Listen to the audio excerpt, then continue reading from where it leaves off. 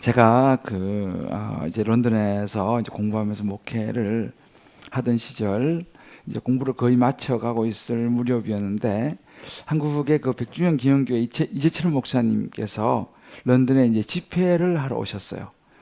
런던은 뭐 작으니까 그런 분이 오시면 다 모입니다. 이제 집회를 하고 집회가 끝나고 나서 이제 그 런던에 있는 목사님들 그 모임이 있어요.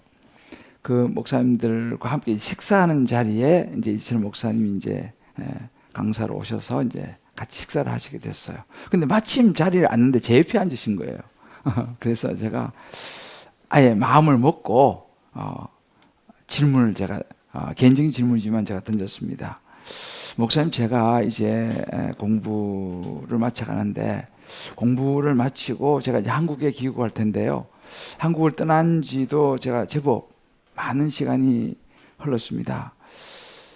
제가 한국 가서 이제 목회를 하게 된다면 어떻게 목회를 준비하면 되겠습니까? 라고 제가 이제 여쭤봤어요. 그랬더니 이런 얘기를 하시더라고요. 목사님, 본질에 충실하시면 됩니다. 그러시면서 남이 무엇이라고 하더라도 내 생각이 아니라 하나님의 말씀에 합당한가? 정말 하나님이 보시기에 바른 길인가를 생각하면서 하세요. 본질에 충실하면 다른 것은 따라올 것입니다. 이렇게 얘기하셨어요.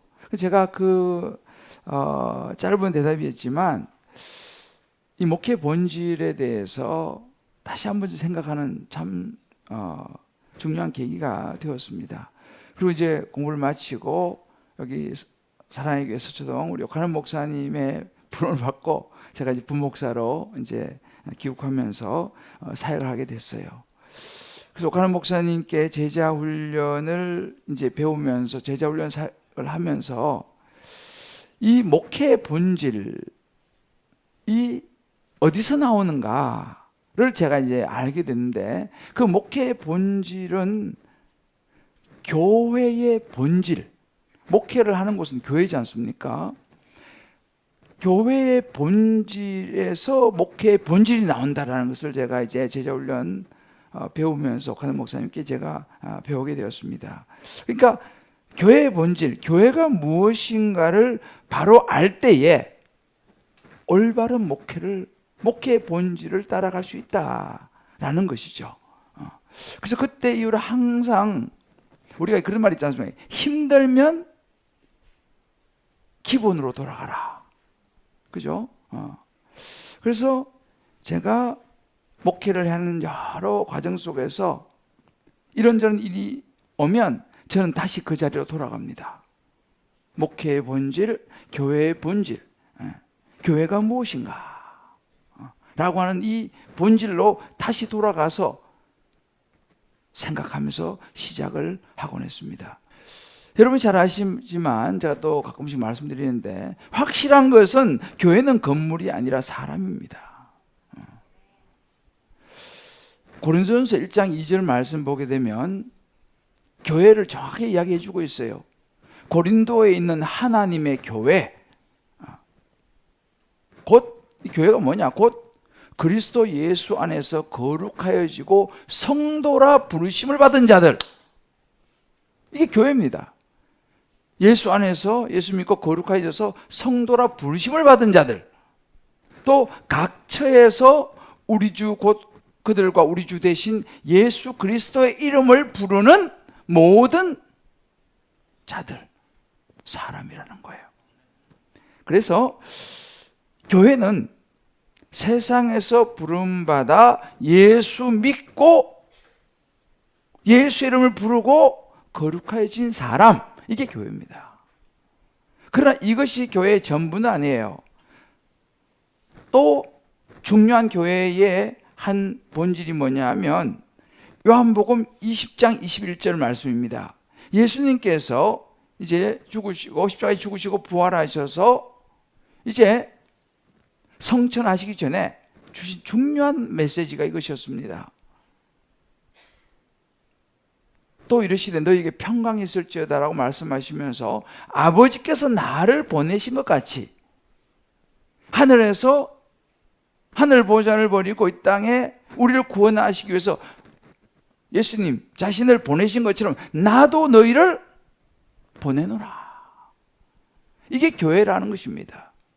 그러니까 교회는 또 세상으로 보냄받은 하나님의 백성, 그리스도의 제자, 이것이 교회입니다. 그러면 그 제자가 무슨 일을 해야 되느냐 했을 때 예수님이 주셨던 마지막 메시지가 여러분 너무너무 잘 아시는 마태복음 28장 19절이에요. 그럼 세상 가서 뭐 할 거냐? 너희는 가서 모든 민족을 제자로 삼아야 된다. 제자 삼는 사역을 해야 된다. 세상에 나가서 예수 믿는 사람들을 불러 모으고 그들을 제자로 삼아서 아버지와 아들과 성령의 이름으로 세례를 베풀고 쭉 나오죠. 자, 그럼 여기서 우리가 알 수 있는 아주 명확한 교회가 무엇인가를 우리가 알 수 있습니다. 우리가 흔히 말하는 좋은 교회, 건강한 교회는 어떤 교회인가라는 것이 딱 나오죠. 좋은 교회, 건강한 교회는 물론 뭐 좋은 건물과 뭐 많은 시설이 좋으면 좋겠습니다만 그것은 사실은 본질은 아니에요. 뭐냐면 좋은 교회, 건강한 교회는 교회의 사명을 다하는 성도들이 있는 그런 교회. 어떤 사명입니까? 내가 예수 믿고 세상으로 가서 제자를 삼는 그런 성도들이 모인 그런 교회는 하나님께서 건강한 교회다, 좋은 교회다 라고 말씀하신다는 거예요. 저와 여러분은 좋은 교회, 건강한 교회를 다닐 수 있게 되시기를 주의 이름으로 축복합니다. 그러면 주님 기쁨의 교회는 좋은 교회인가? 이걸 이제 우리가 생각해 봐야 하잖아요. 그죠? 주님 기쁨의 교회는 좋은 교회인가? 건강한 교회인가? 그것을 뭘로 알 수 있느냐? 간단합니다. 주님 기쁨의 교회는 예수를 믿지 않는 사람들, 예수를 모르는 분들이 계속적으로 오느냐? 이걸 보셔야 돼요. 그리고 와서는 예수 믿는 일이 일어나느냐? 그리고 예수 믿고 나서 교회에서 양육과 훈련을 잘 받아가지고 여기에 머무는 게 아니라 각자의 삶의 현장으로 가서 세상으로 가서 거기서 제자로서의 삶을 살아가는가? 그런 성도들이 많은가? 이것을 보면은 주님 기쁨의 교회가 건강한 교회인가, 이 교회는 다닐 만한 교회인가를 우리가 알 수 있다는 사실이에요. 저와 여러분, 우리 주님 기쁨의 교회는 하나님께서 찾으시는 좋은 교회, 건강한 교회가 될 수 있게 되기를 주의 이름으로 축복합니다. 자, 그러면 우리 교회가 이렇게 좋은 교회, 건강한 교회로서의 앞으로 방향을 잡고 나아가기 위해서는 우리 교회는 어떤 모습으로 나아가야 할 것인가라는 거예요. 복음, 저와 여러분이 복음의 길로 교회의 본질, 믿지 않는 영혼들을 오게 하고 또 훈련과 양육을 받아서 다시 세상에 나가서 제자 삼는 이런 교회로 가는 복음, 그렇지 제가 모르고 복음, 그 길로 가는 사람은 어떤 모습이어야 될까 이 말이죠. 그렇죠? 이게 이제 알아야지 않습니까? 그러니까 복음의 길로 가는 사람들이 알아야 될 것이라는 거예요. 자, 우리 한번 좌우에 한번 이렇게 정리합시다. 복음의 길을 가는 사람이 알아야 될 것이라고 합니다. 알아야 될 게 있어요. 무엇일까요? 오늘 이 본문에서 그걸 이야기해 주는 거예요. 그 첫 번째는 쉽지 않은 길이라는 거예요. 쉽지 않은 길이라는 거예요. 쉽게 생각하셨다면 여러분들 어찌 보면은 생각 다시 하셔야 되는 거예요. 자, 옆에 한번 손잡고 한번 얘기해 줍시다. 쉽지 않은 길이랍니다. 복음의 길을 가는 사람 우리가 알아야 됩니다. 이 쉽지 않습니다. 쉽다고 그렇게 생각하면 이게 어려워져요. 예수님께서요, 십자가에 이제 잡히시고 십자가에 달려 죽으시고 부활하신 후에 예수 믿는 사람들이 많이 위축이 됐어요. 왜? 메시아라고 따르던 예수님이 십자가에 달려 죽어버리셨어. 부활하셨어. 그렇지만 부활이 그렇게 잘 믿어졌겠습니까? 예수님이 성천하신 이후에도 그들은 두려움에 사로잡혀가지고 다락방에, 예수님 제자들도요, 두려움에 사로잡혀가지고 다락방에 모여가지고 자기들도 잡혀가 죽을까 싶어가지고 모여서 기도했어요. 두렵죠. 자기의 따르던 예수님이 그렇게 죽으시고 부활하시고 성천하셨음에도 불구하고 두려운 거예요. 왜 사람이 다 두려운 거예요. 그런데 그 모여서 기도하는데 오순절에 성령이 강력하게 임했어요. 할렐루야. 저는 이 자리에 오순절의 성령의 강력한 은혜가 임하기를 주의 이름으로 축복합니다. 저는 그걸 꿈꿔요. 이 자리에 앉아서 말씀 듣다가 기도하다가 성령의 충만함을 받아볼 거예요. 방언이 터진 역사 일어나기를 기도합니다. 병이 낫는 역사 일어나기를 기도합니다. 담대함인 거예요. 제자들에게 그 다락방에 모여있는 이 120문도에게 성령이 충만히 임했어요. 사도들을 비롯해서 사람들이 담대해졌어요. 성령이 임하면요, 담대해집니다. 그래서 베드로와 요한을 중심으로 어디서 예루살렘 있었으니까 예루살렘, 베드로와 요한이 예루살렘을 중심으로 복음을 전하기 시작했습니다. 그 예루살렘 어떤 곳입니까? 예수님 십자가 못 박혀 죽인 그 동네 아니에요. 거기서 복음을 전했습니다. 담대하게. 잡혀가지고 감옥에 갇히는 일이 생겼어요. 그런데 놀라운 것은 뭐냐면 그렇게 베드로가 감옥에 막 갇히고 예수님 십자가에 죽으시고 부활하시고 성천하시고 그런 어려운 일이 있는데도 불구하고 예수님 사람이 막 늘어나기 시작했어요. 베드로가 막 성령 충만을 받아가지고 막 외치니까 사람들이 막 예수님 사람이 기하급수적으로 늘어나기 시작했습니다. 병이 막 낫는 일이 일어났어요. 예수님이 아니에요. 베드로가 병이 막 낫는 일이 일어났습니다. 그러니까 그 상황 속에서 위기를 느꼈어요. 누가요? 예수님을 십자가에 못 박아 죽인 유대 지도자들, 제사장, 서기관들 위기를 느꼈습니다. 왜? 자기가 지금 예수 죽였는데 예수 믿는 사람이 막 수천 명이 늘어나고 있으니까 베드로가 막 기도하니까 병이 막 낫는 거예요. 그래서 그들이 모여서 오늘 16절 말씀 보면 어떻게 이 사람들을 어떻게 할까? 어떻게 할까 이거 지금? 이 베드로 이거 지금 어떻게 할까? 왜요?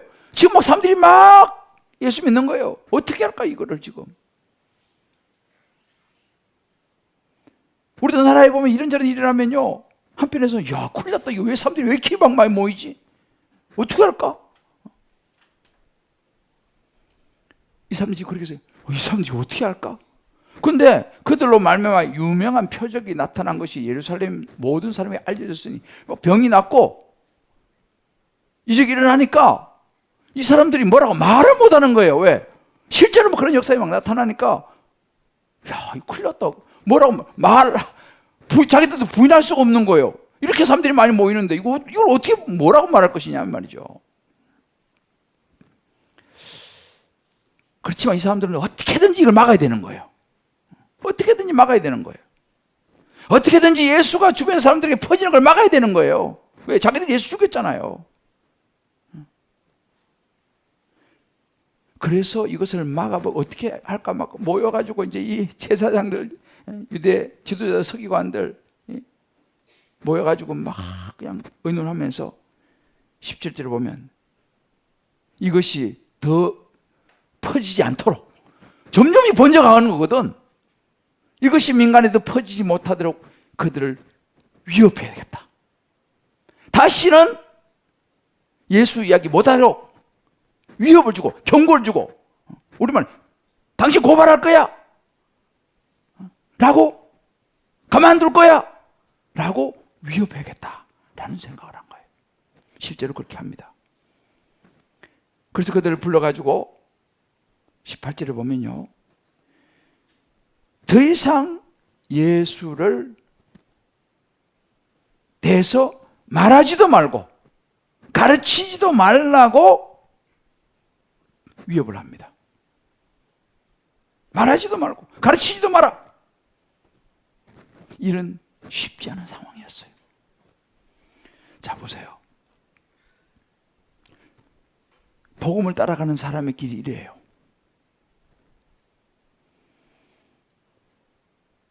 베드로와 요한을 보면요, 복음을 전하면서 말씀대로 살아가려고 하는 사람들 앞에 평탄한 길만 펼쳐지지 않습니다. 우리 개인도 그래요. 교회도 마찬가지입니다. 복음을 전하는 교회는 끊임없는 위협이 있어요. 특히 복음을 전하려고 하는 교회는, 특히 예수 제대로 믿어보려고 하는 사람들은요, 그런 성도들은요, 사단이 너무 싫어해. 왜? 예수 제대로 믿는 교회, 예수 제대로 믿는 성도를 사단은 싫어할 수밖에 없는 거죠. 왜? 복음이 퍼지니까, 예수가 퍼지니까 어떻게 해서라도 방해하고 어떻게 막아야 되는 거죠. 여러분, 우리가요, 편하게 신앙생활하면 아무 일도 일어나지 않아요. 그러나 예수 제대로 믿어보려고 하는 이런 성도에게는요, 끊임없이 이런저런 일이 생깁니다. 왜요? 영적 싸움이 있어요. 교회도 마찬가지예요.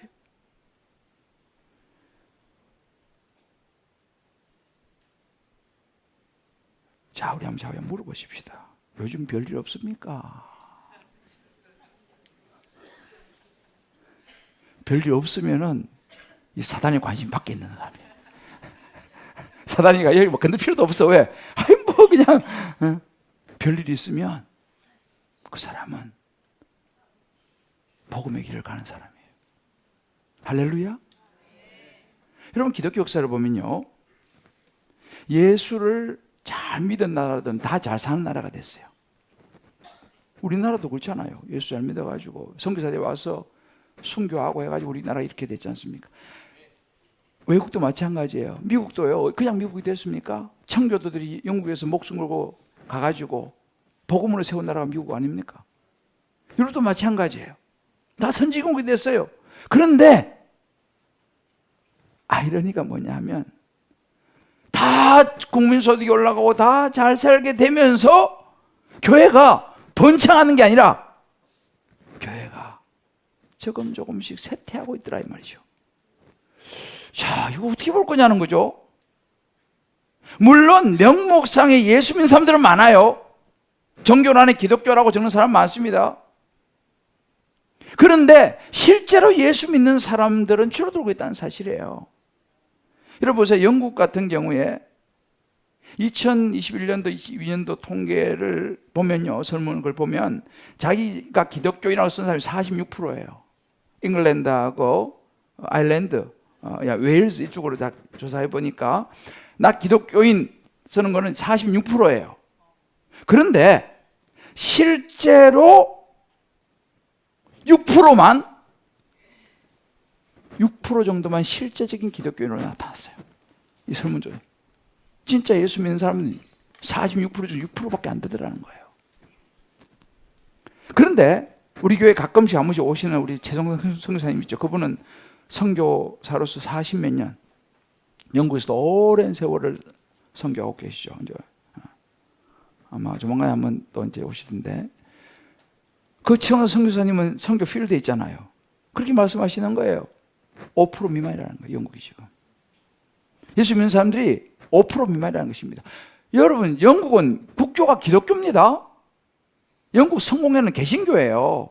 천주교가 아니에요. 천주교 약간 냄새가 나지만 개신교입니다. 성공회는요. 처치 오브 잉글랜드는 개신교예요. 5% 미만이라는 것입니다. 지금 유럽의 많은 나라들 마찬가지예요. 겉모습은 기독교 국가예요. 그런데 실제로 예수 믿는 사람들이 너무너무 줄어들었어요. 왜 그럴까라는 거예요. 나라도 얼마 잘 사는지 몰라요. 복지가 얼마 잘 되는지 모릅니다. 생활이 편안하죠. 유럽도 가면요, 세금은 좀 많이 떼지만 노후가요 편안해요. 다 책임져 주니까. 그러니 하나님을 찾을 필요가 뭐 있습니까? 하나님을 크게 찾을 필요가 없어요. 왜요? 편안하니까. 그게 아쉬운 게 없어요. 왜? 나라에서 다 해주니까. 잘 살게 되니까. 그러니까 어떻게 됩니까? 하나님과의 관계가 옛날에는 막 부르짖고 막 하나님 이거 도와주셔야 됩니다. 막 이렇게 했는데 이제는 그럴 필요가 없어. 뭐 먹고 살만하고 뭐 복지 정도 어느 정도 잘 되고 하니까 나와가지고 뭐 할 필요가 없어요. 그러니까 어떻게 됩니까? 하나님과 관계 점점 멀어지는 거죠. 나 하나님 믿습니다. 이게 말은 해. 믿어요 진짜. 그렇지만 대화를 안 해본 적이 너무 오래됐어.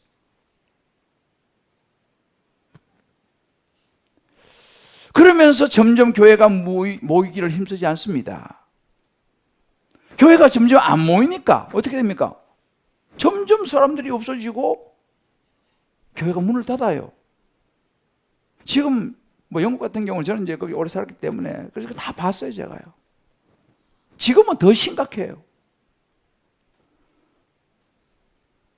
기독교 국교를 가진 나라의 총리가 무슬림이에요.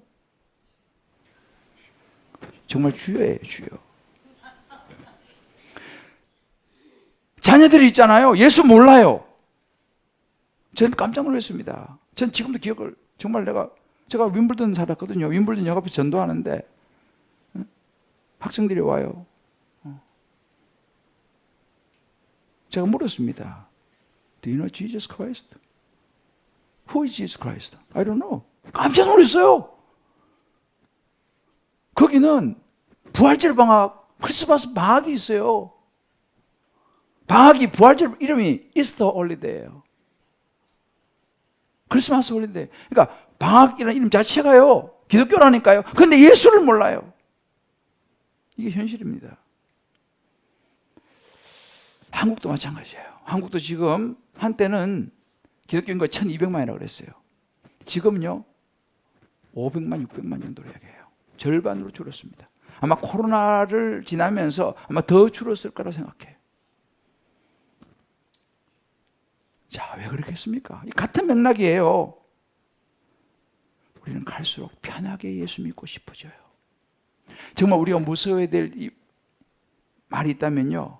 아유, 이제 좀 편하게 살고 싶어. 왜?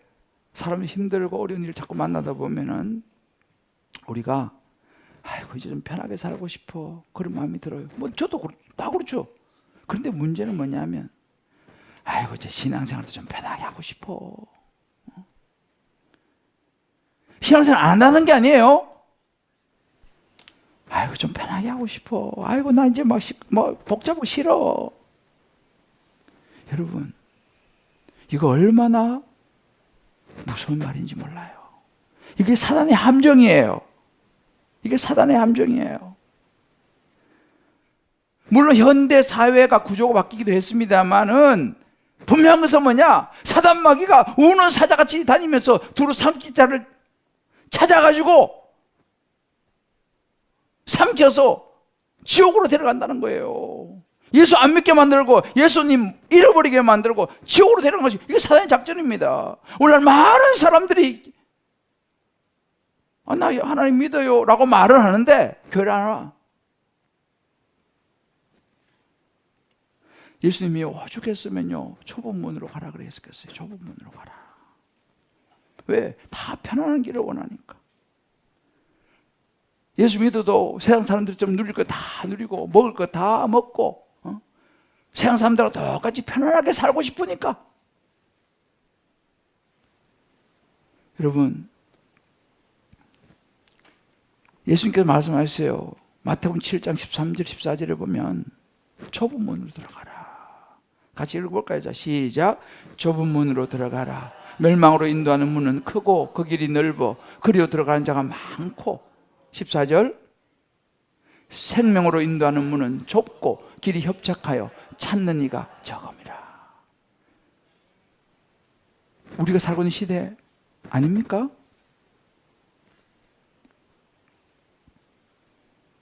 다들 넓은 길을 가기를 원해요.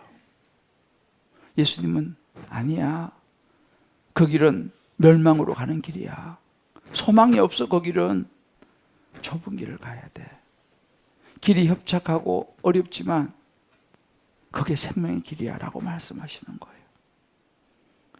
저와 여러분이 우리의 영안이 열려서, 우리 주님 기쁨의 교회 모든 성도의 영안이 열려서 지금은 당장 좁은 길, 쉽지 않은 신앙의 여정이지만 영원한 생명, 그 길을 바라볼 수 있는 영안이 열리기를 주의 이름으로 축복합니다. 그래서 그 길을 갈 수 있게 되시기를 주의 이름으로 축복합니다. 그거 보면 그 길로 안 갈 수가 없어요. 그잖아요. 천국, 제가 자주 강조해요. 천국이 보이는 사람이 어떻게 하나님 앞에서 바르게 살아가지 않을 수 있겠어요? 천국이 보이는데 문제는 천국이 안 보인다는 거예요.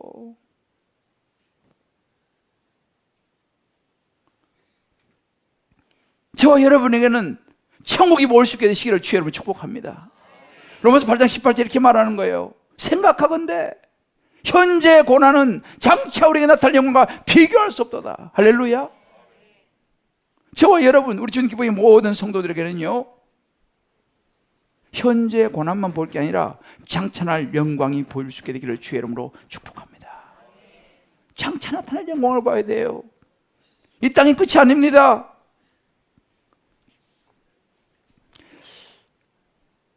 예수 믿고 난 후에 예수를 모르는 여동생의 구원을 위해서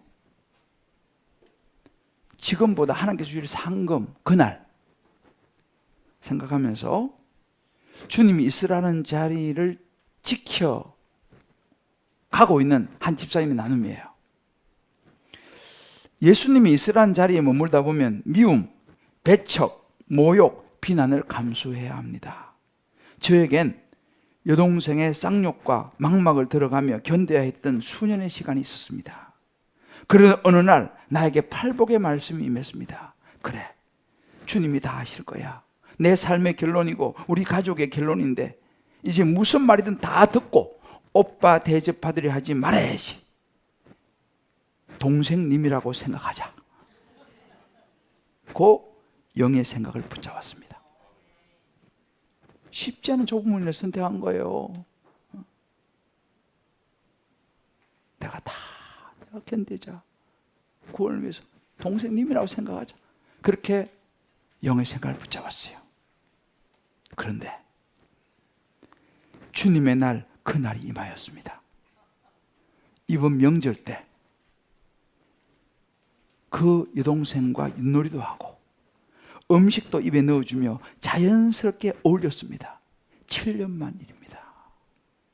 여동생의 딸아이와 우리 집 아이들이 뛰노는 모습을 보며 행복했습니다. 가족의 화합과 관계 회복을 위해서 제가 한 것은 없고 그 좁은 길을 선택했더니 그날이 찾아온 것뿐입니다. 이렇게 비록 미움, 배척, 모욕, 비난이 섞여 있을지라도 지금 주님께서 부르신 자리에서 그날이 찾아오길 기다리겠습니다. 할렐루야. 이게 복음의 길을 가는 사람의 모습이에요.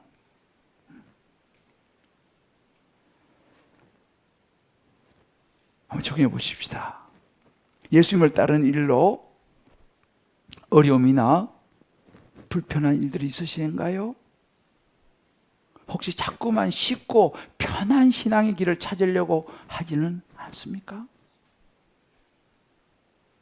우리 각자 한번 적용해 볼 필요가 있어요. 가족들하고도 한번 이 문제를 놓고요, 한번 나눠보세요.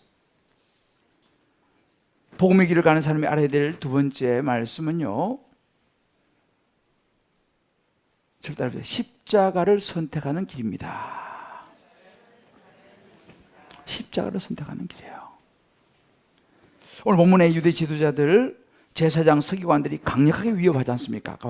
위협합니다. 더 이상 예수에서 말하지도 말고 17절에 보면 위협해요. 그들을 위협하여 아무에게도 예수 이야기하지 마라 경고하고요. 또 21절에 보면 다시 위협해가지고 보내줘요. 자, 이 상황이 상당히 어려운 상황입니다. 가만 안 두겠다는 거예요. 자꾸 예수 이야기하면. 그런데 여기서 이제 베드로와 요한이 이렇게 19절에 대답합니다. 같이 읽어봅시다. 시작. 베드로와 요한이 대답하여 이르되 하나님 앞에서 너희의 말을 듣는 것이 하나님의 말씀을 듣는 것보다 옳은가 판단하라. 할렐루야.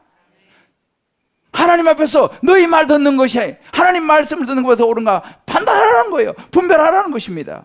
그러면서 20절에 이렇게 결단하는 거예요. 자, 같이 읽어보시죠. 시작. 우리는 보고 들은 것을 말하지 아니할 수 없다. 할렐루야. 무슨 말입니까? 나는 사람의 말하고 하나님의 말 중에서 나는 예수의 죽으심과 우리 죄의 죽으심과 부활하심, 나 말하지 않을 수 없다. 나는 지금 상황이 위협하고 내게 불이익을 주고 감옥에 갇히고 여러 가지 어려운 상황이 있지만, 그러나 나는 사람보다 하나님 말씀 듣는 거나 분별하면서 십자가의 복음의 길을 나 선택하겠다. 할렐루야. 베드로와 요한이 이거 선택한 거예요. 여러분, 이 대목은요, 요즘 우리가 누가복음을 묵상하고 있는데 누가복음 7장 22절 말씀 이런 구절이 있어요. 예수님이 이제 그 세례 요한이 헤롯 죄 이야기하고 복음 전하다가 감옥에 갇혔지 않습니까? 그를 찾아온 제자들에게 세례 요한이 가서 물어보라는 거예요. 예수님한테 가서 당신은 누구오니까, 오실 그이가 당신이 오니까 물어보라고 그랬어요. 제자들이 가니까 예수님이 이렇게 되었습니다. 너희가 가서 보고 들은 것을 요한에게 알려라. 이렇게 했어요. 너희 가서 다른 말 하지 말고 보고 들은 거 요한에게 알리라. 뭘 보고? 맹인이 보고, 못 걷는 자 걷고, 나병한 자 받고, 기 먹은 사람들이 듣고, 죽은 자가 살아나며, 더 핵심은 뭔지 아세요? 복음이 전파된다라. 할렐루야. 여러분, 무엇이 진리냐? 복잡하잖아, 그죠? 복음이 전파되는지를 보셔야 돼. 할렐루야. 복음이 전파되는 거예요. 예수가 선포되어지느냐? 예수는 진리는 거짓이 없어요. 이걸 보셔야 됩니다. 예수님께서 말씀하신 치유와 이적도 중요해요. 그러나 핵심은 복음이 전파되는 거예요. 누가복음 7장 23절 이렇게 말합니다. 누구든지 나로 말하면 실족하지 않은 자는 복이 있다. 실족. 이 말은 뭐예요? 실족할 가능성이 많다 이 말이죠. 왜? 복음을 전하는데 감옥에 갇혀버렸으니, 야, 예수 믿는 사람이 감옥에 갇혔다? 뭐야 이거? 라고 실족할 수 있다 이 말입니다. 실족하지 않는 사람이 복이 있다는 거예요. 어찌 보면 어리석은 선택인 거예요. 위험한 선택인 거예요. 감옥 갈 수도 있어요. 여러분, 저는 참 목회하면서 부족한 것을 참 많이 느껴요. 야, 언제 사람이 될까? 참 부족하다 이 생각 많이 느끼는데요. 한 가지 여러분, 저를 보지 마시고 복음이 선포되어지는 것을 볼 수 있기를 바랍니다. 예수가 선포되어지는 것을 볼 수 있기를 바랍니다. 김대중 목사는요, 부족한 죄인이에요. 그러나 예수 그리스도 복음은요, 거짓이 없어요. 할렐루야. 십자가에는 거짓이 없어요. 복음이 전파되어지는 걸 보셔야 돼요.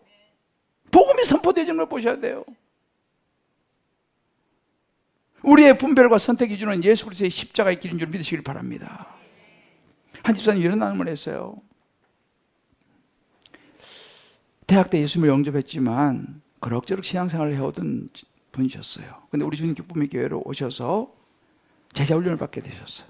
그러니까 제자훈련을 받으면서 숙제가 뭐냐면 금요기도에 참석하기, 그 숙제를 내셨던 것 같아요. 그래서 그 숙제하기 위해서 금요기도에 왔다가 성령의 불을 받은 거예요. 성령을 체험했어요, 이분이.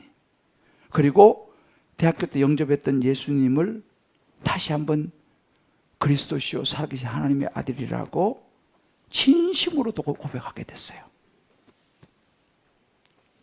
이 집사님의 나눔이에요. 아들의 강박으로 지금은 아이를 돌봐야 할 때임을 분별하고, 소위 세상에서 아주 잘 나가던, 이분은 아주 잘 나가는 전문 직장이네요. 여자분이에요. 그런데 은혜를 받고 말씀 보면서 내가 지금 내 아이를 위해서 직장 내놔야겠다. 직장 그만뒀어요. 이거 보통 어려운 게 아닙니다. 그동안 쌓아놓은 커리어와 거기에 따라서 또 물질도 내려놔야 하잖아요.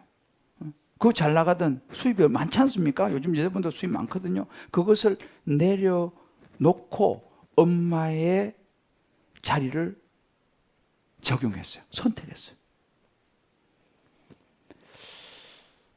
그럼 이런 고백을 합니다. 어떤 말도 안 통하는 아들을 통해 말씀을 수백 번 보고 들어도 적용하지 못하는 맹인, 기머거리, 못 걷는 사람 같은 자신을 보며, 중요한 대목이에요. 맹인, 기머거리, 못 걷는 사람은 나였구나. 아들이 아니라. 보면서 또 최근에는 요양병원에서 바람 앞에 등불 같은 아빠, 참 한때 너무너무 잘 나가셨던 분인데 이제는 바람 앞에 등불 언제 불이 꺼질지 모르는 그런 아빠의 모습을 보면서 이런 고백을 합니다. 잘 들어보세요. 때때로 옥에 갇힌 것 같아 실족하는 마음이 들다가도 그것으로 인해 예수님이 누구셨는지, 어떤 삶을 사셨는지, 무엇을 복이라 하셨는지를 생각하며 복음을 묵상하다 보니 다시 일어날 힘이 생깁니다. 인생의 주요 끝까지 가는 신앙의 모델이신 예수님을 믿음으로 신뢰함으로 실족지 않는 복을 누리는 나와 우리 공동체가 되길 예수님의 이름으로 기도합니다. 이렇게 적용했어요. 마음이 어지러울 때마다 그날 큐티 말씀을 붙잡겠습니다. 여러분, 이게 가능할까요? 여러분, 이 정도 되면 실족하지 않겠습니까? 그 아들이 그렇게 그런 상황이 생기고 아버지도 그렇지. 여러 생각하면 진짜 우울증 걸리기 딱 좋아요. 가정이 흔들릴 원망, 불평, 낙심 할 수 있는 충분한, 실족할 수밖에 없는 충분한 상황이에요. 이 집사님은 제가 볼 때는요. 그러나 그게 아니라 환경과 지금 현재 상황이 여러 가지 어려운 일들 있지만 그 가운데에서 하나님의 인도하심을 받는, 말씀을 붙잡고 다시 일어나는 이 집사님 멋지지 않습니까? 정말 저는 이런 집사님에게 박수를 보내고 싶어요. 박수를 한번 보내주십시다. 할렐루야. 복음을 분별하고 십자가 길을 선택한 분이에요. 그런 것을 보면서 실족하지 않는 복을 붙잡는 거예요. 참 멋있어요. 저는 우리 교회 이렇게 집사님들, 우리 장로님들, 권사님 보면요, 정말 어떨 때 내가 부끄러워질 때가 있어요. 내가 그런 상황이라면 나는 과연 그럴 수 있을까? 여러분, 존 버니에서는 철로 역정을 보면요, 그 한 성도가 천성을 이루기까지 여러 코스와 시험과 유혹이 많은데 그 중에 큰 거 하나 뭐냐면 쉽고 편한 길로 가려고 하는 세속성의 도성을 지나가야 돼요. 의심의 성을 지나가야 됩니다. 절망의 거인을 만나요. 나태함과 게으름에 빠질 마법사의 땅을 통과합니다. 이게 다 우리 이야기잖아요. 그런데 이 성도가 어떻게 끝까지 천국에 이르느냐 보니까 그 모든 과정 속에서 흔들리지 않는 십자가의 복음, 믿음이 그를 도와주는 거예요. 할렐루야. 한번 적용해 보십시다. 여러분, 사람의 말을 들으십니까? 보고 들은 하나님의 말씀인 복음을 붙잡으십니까? 내 삶의 모든 일의 분별과 선택의 기준이 사람인가요? 예수 그리스도의 십자가의 길인가요? 사랑하는 성도 여러분, 제가 오늘 이른 아침 새벽에 한 목사님이 제게 제 그 인생 너머라고 하는 책을 읽으셨던 것 같아요, 이분이. 그래서 저에게 문자를 보내왔어요. 제가 오늘 새벽에 일어나서 말씀 쭉 마무리하는데 이 문자가 딱 온 거예요. 이 새벽에 이렇게 왔어요. 대조 목사님, 우리가 걷는 길이 누군가의 영혼을 우리 주님께로 나가게 하는 일이기에 얼마나 소중한가를 이 아침 다시 떠올리며 기도하며 그럽시다. 주님께서 우리를 기뻐하시도록. 이게 제 설교의 결론으로 하나님 주신 말씀이에요. 이분이 제가 오늘 이 설교할지 전혀 모르잖아요. 근데 이 문자를 오늘 새벽에 딱 보내왔어요. 제가 다시 읽어드릴게요. 대전 목사님, 우리 모두에게 주신 말씀이에요. 우리가 걷는 길이 누군가의 영혼을 우리 주님께로 나가게 하는 일이기에 얼마나 소중한가를 이 아침 다시 떠올리며 기도하며 걸어가십시다.